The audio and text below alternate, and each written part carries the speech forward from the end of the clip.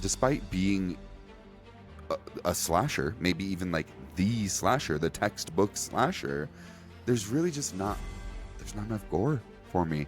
And boy, am I a lucky co-host today because I get to talk about so many good things in this movie. This movie is similar to 2001: A Space Odyssey in the sense of this is a movie that happens to you.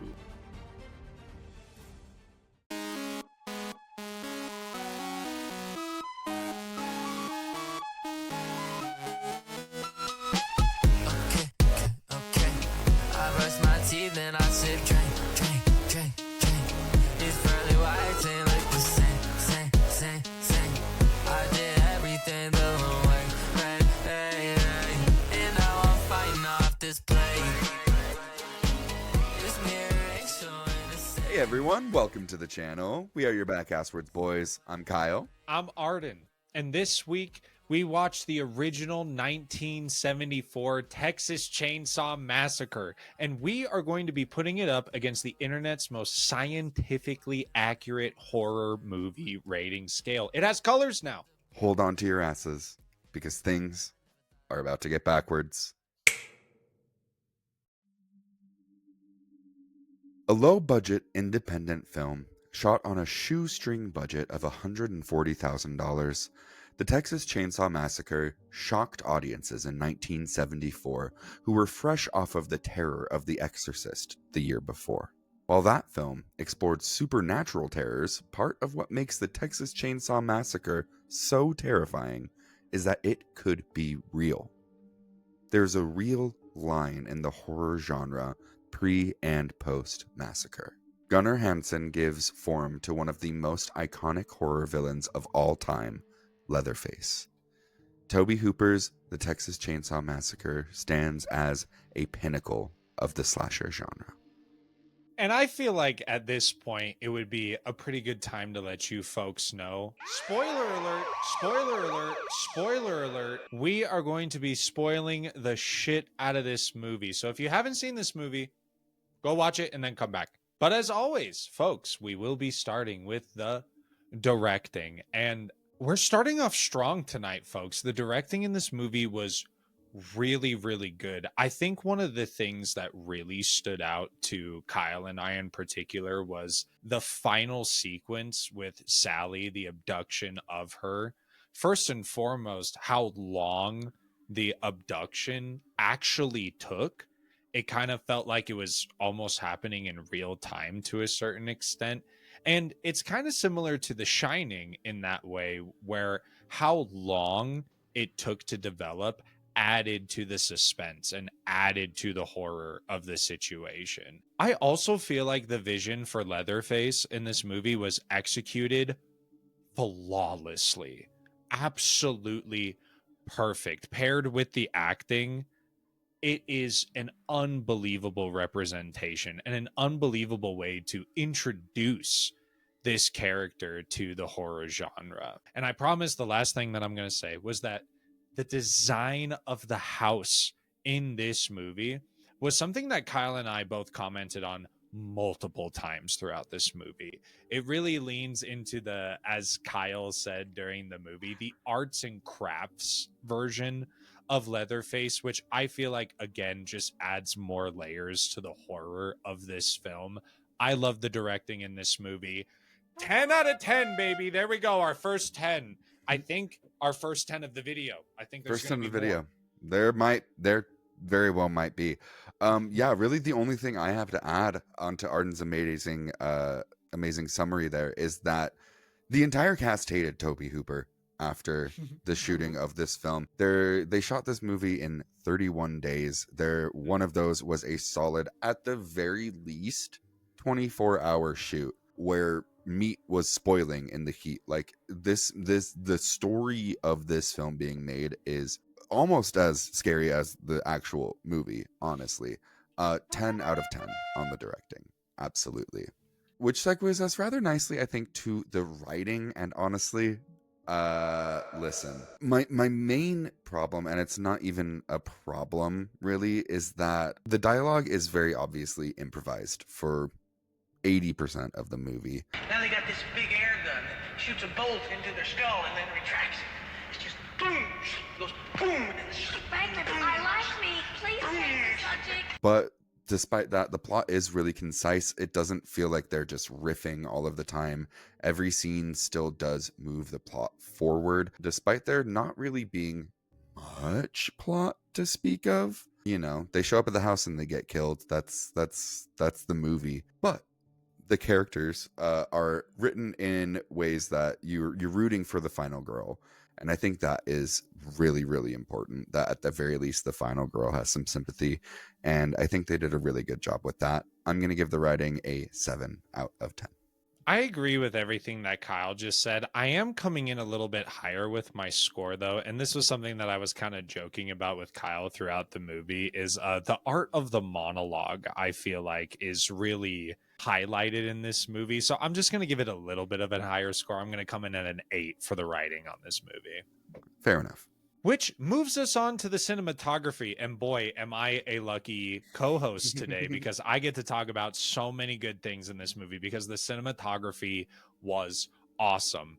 First and foremost, can I just say, something that Kyle and I have talked about before is how difficult it is to make something look dark in a horror movie while still being able to see what is going on. This movie does that flawlessly.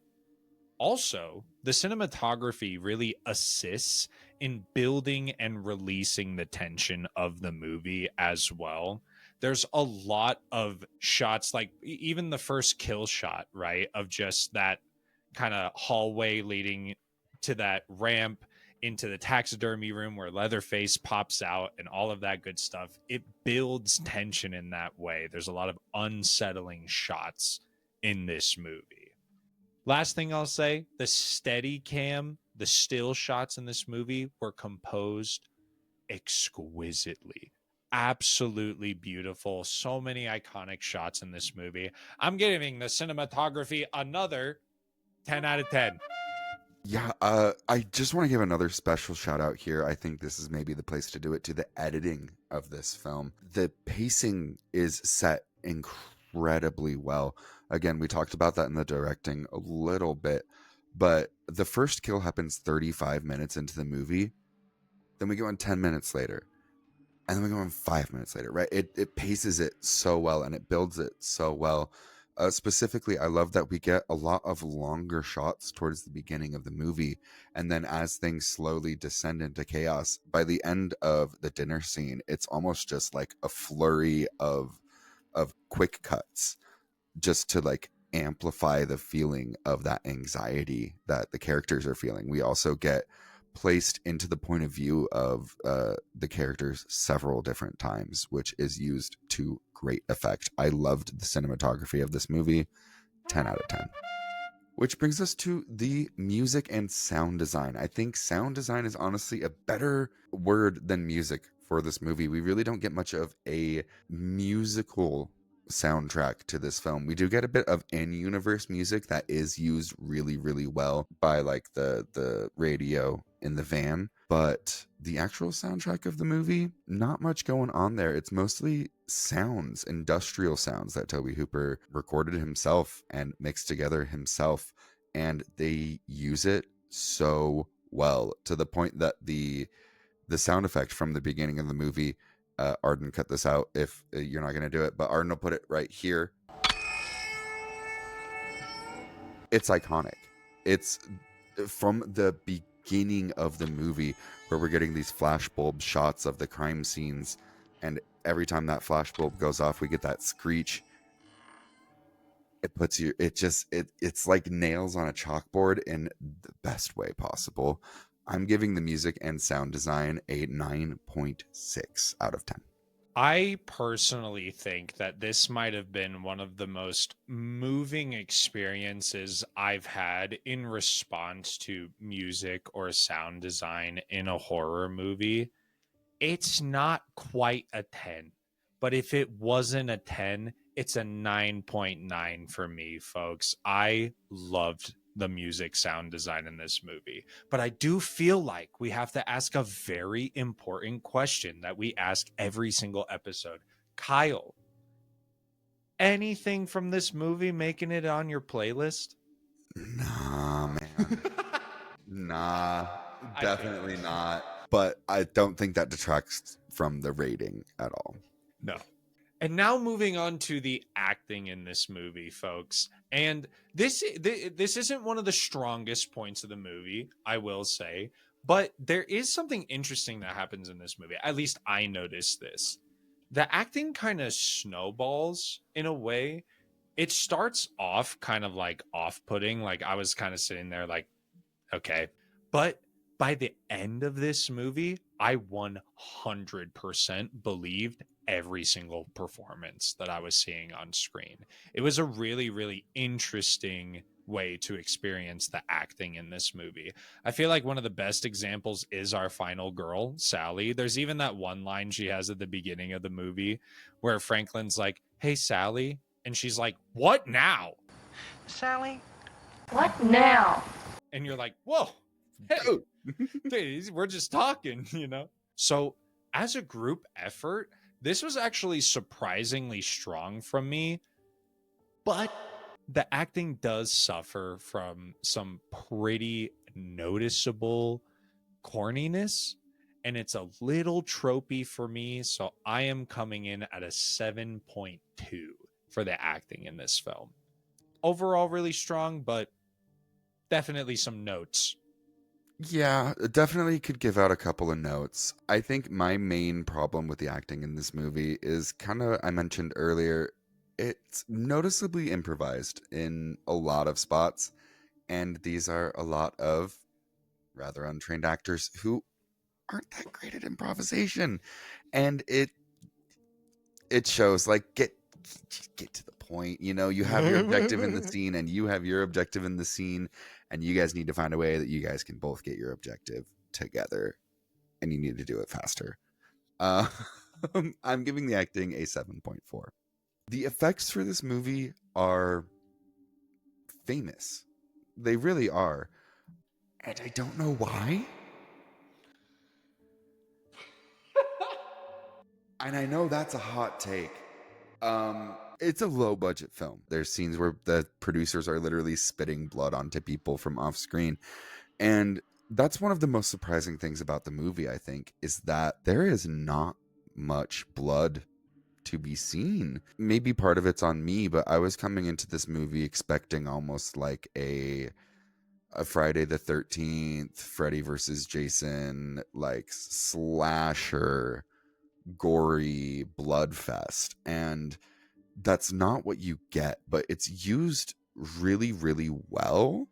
It makes the kills feel almost more real and more brutal, and it makes it harder to put the kill onto the actor, and it makes it a lot easier to put yourself into the character's shoes in that moment. Specifically, the very first kill with the hammer, I think, does a really, really good job of that, even though it is arguably the most bloody kill in the movie. Another famous point of this movie is that they scavenged for all the bones throughout all of the different scenes, throughout all of the arts and crafts. So we're looking at real animal bones here.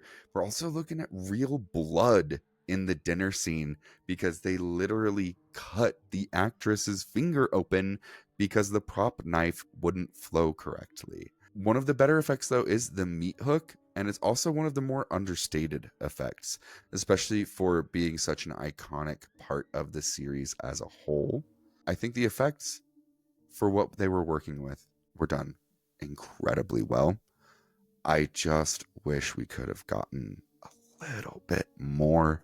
So I'm giving the effects a 7.7. I agree with everything that Kyle just said. The only thing that I would add on to it, and I honestly think that one of the things that's raising the score up into the sevens for both Kyle and I, is the makeup in this movie is really, really good.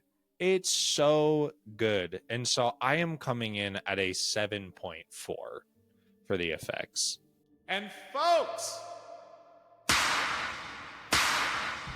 it is time to talk about the vibe in this movie. And again, I am a lucky co-host for this video because I get to talk about how great the vibe is, because the vibe in this movie, is so good. It's one of the craziest movie experiences I've ever had.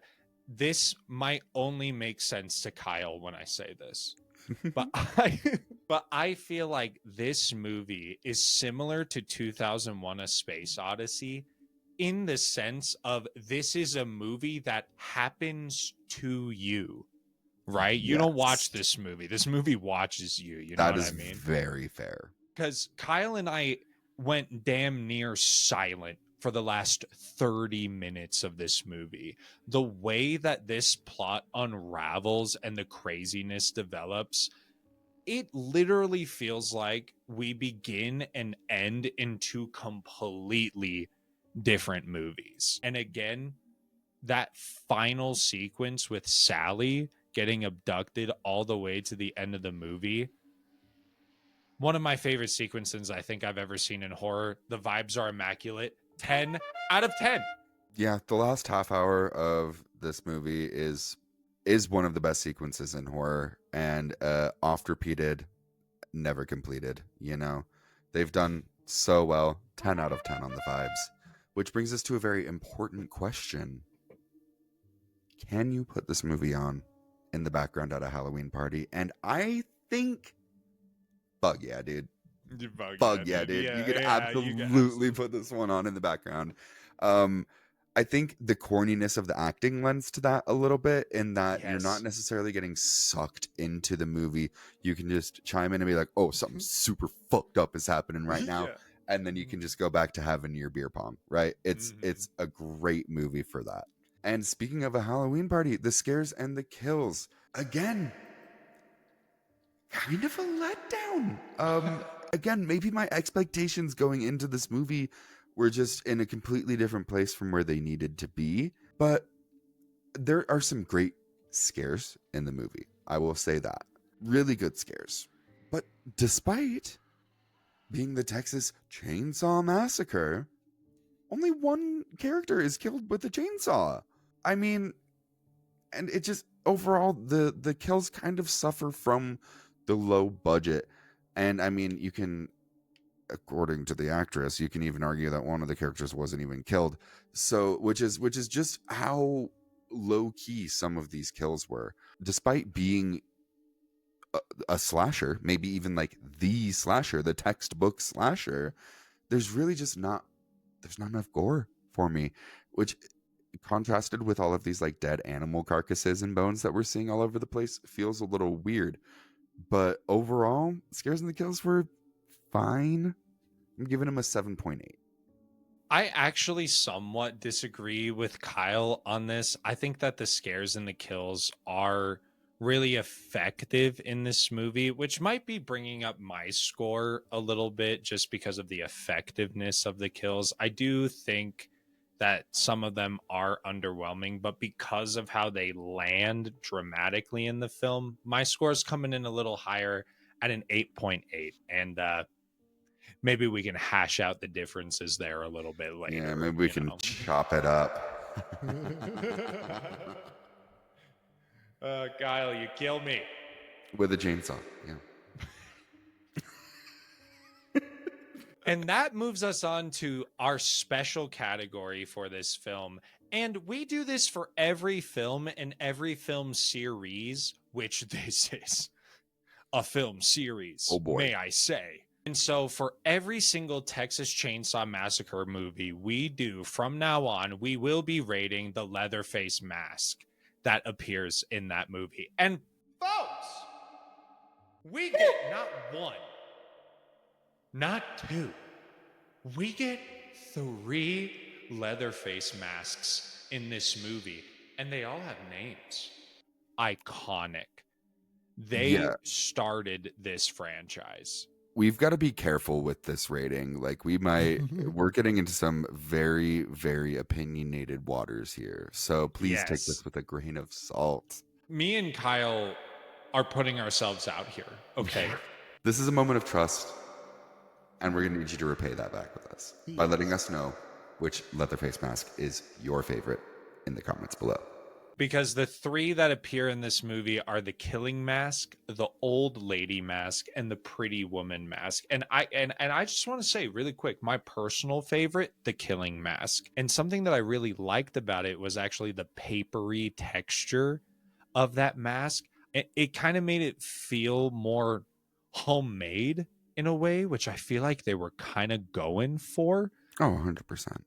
All three of these masks are used in a really interesting, dramatic way in the moments that they are used. I can't wait to watch the second movie to figure out if there's any answers to what's going on with these masks.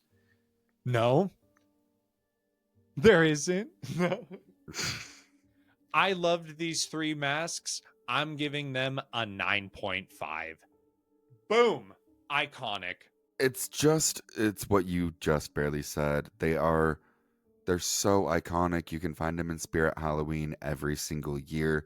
You know, you're not necessarily going to find the Texas Chainsaw at the beginning mask at Spirit Halloween. And I think that is kind of something that speaks to the cultural impact of the image of that killing mask, the very first one. I agree. It's the best one. I'm giving this one a 9.6. Woo! Speaking of woo, coming into our special awards here. Of course, we have the same awards every time, and our best performance award for this film is going to, oh God, I scrolled away. And our best performance award for this film is going to Marilyn Burns, Sally, our final girl, the final girl, maybe, honestly. One of the best final girl performances in horror history. Very specifically, I wanted to shout out the last shot of the movie where she's in the back of the truck driving away from all of this, and the relief and the grief and the anger and the happiness all hit her at the same time, and she just starts laughing.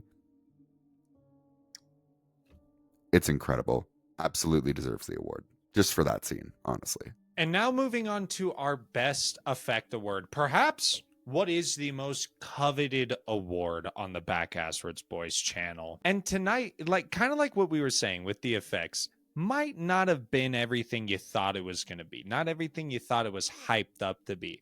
And so best effect is kind of a little surprised. When Kyle and I landed on this, I was a little surprised. The best effect in this movie is going to the makeup on Grandpa, which is just one of the craziest sequences of the movie, first and foremost. But the makeup design is so striking. Couple of fun facts about this. The guy who played the grandpa was actually 19 years old at the time of his performance, and it took 5 to 7 hours to apply the makeup to this guy. And the guy who designed the makeup and the face for grandpa was a plastic surgeon. The whole thing was so crazy. It's so well done. It made the situation more terrifying, more disturbing, especially during the finger sucking scene. Oh my God, dude. My experience watching that scene, I literally thought this dude was dead. I've seen this movie before. I thought he was dead. So guys, we're going to step away real quick. We're going to have some dinner. We got some guests. And 5 hours later. And we're back. We've done the math. We have our final scores. We've tallied them up for you. I came in at a 9.0 for this movie. I was just a little bit harsher. I came in at an 8.7, which gives us a Back Asswards average score of 8.85. For those of you who are keeping track at home, that puts it right in between Alien and The Shining, which pretty good spot to be in if you ask me. Pretty good company. Yes. That we come in a little bit higher than the internet in general there with that as well. IMDb came in at a 7.4, Rotten Tomatoes at an 84%.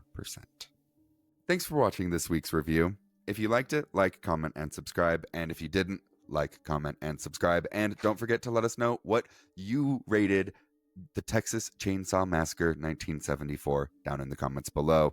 I'm Kyle. I'm Arden, and we'll see you next week. The danger is real. Stay safe. Stay weird. Okay. I brush my teeth and I sip drink. It's pearly white and like the same. Which But that- move? Oh, sorry. No, it's yours. I'm taking it. I'm so sorry. No, You it's go. okay. God, I just talked. All right.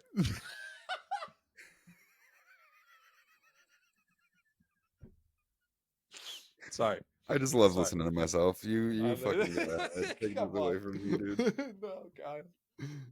Oh.